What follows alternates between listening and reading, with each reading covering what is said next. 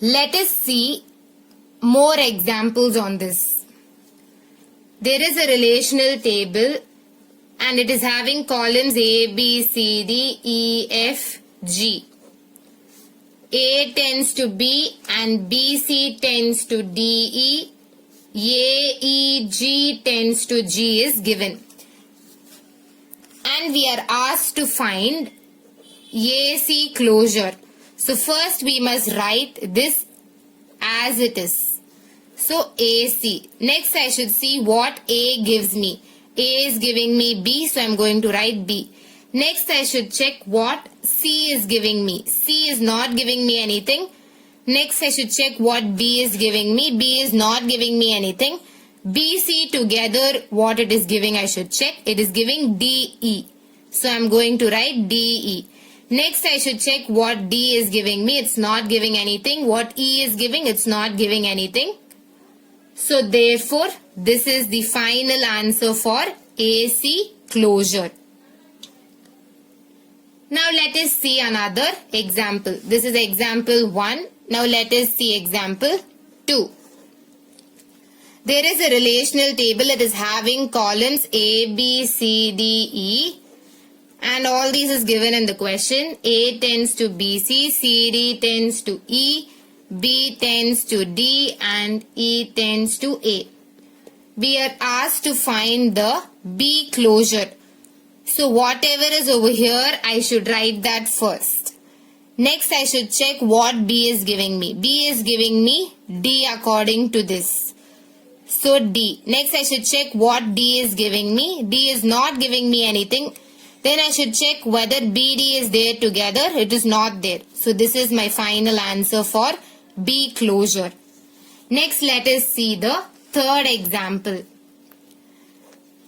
There is a relational table. It is having columns A, B, C, D, E, F.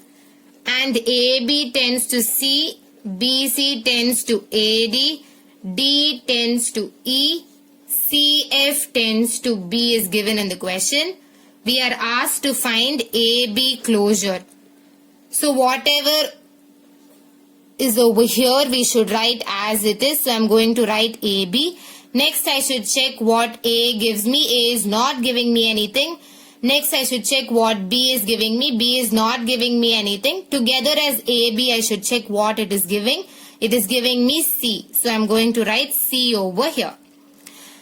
Next if you see here BC is there. Together as BC what I'm getting AD. Already A I have written it over here. So only D I should write it over here.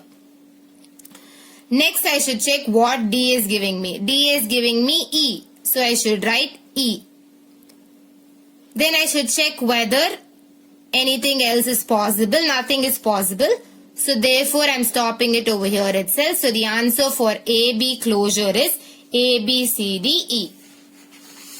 Now let us see the fourth example. There is a relational table. It is having columns A, B, C, D, E, F, G and H.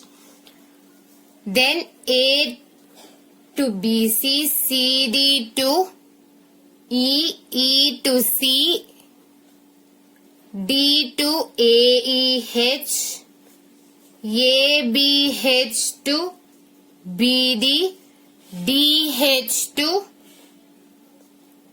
BC, BCD to H question mark is given in the question.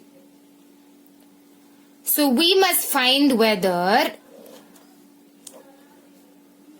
this dependency holds good or not. Holds good or not.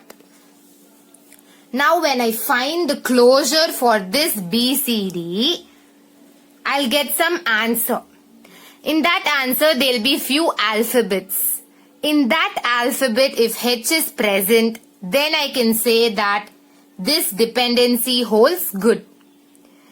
If in the answer of BCD closure, H alphabet is not present, then the dependency doesn't hold good.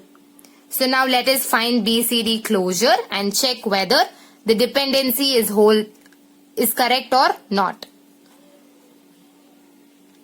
BCD closure. So first I should write BCD as it is. So BCD. Now I should check whether from CD I'm able to get something. From CD I'm able to get E. So I'm going to write E over here. Next I should check whether from D I'm able to get something.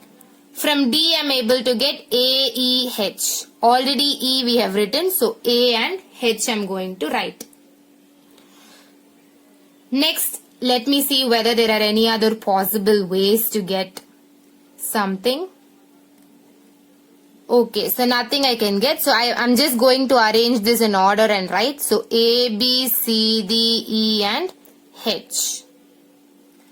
So here in this BCD closure, H alphabet has come. So it means that the dependency holds good. If H is not there, means the dependency doesn't hold good.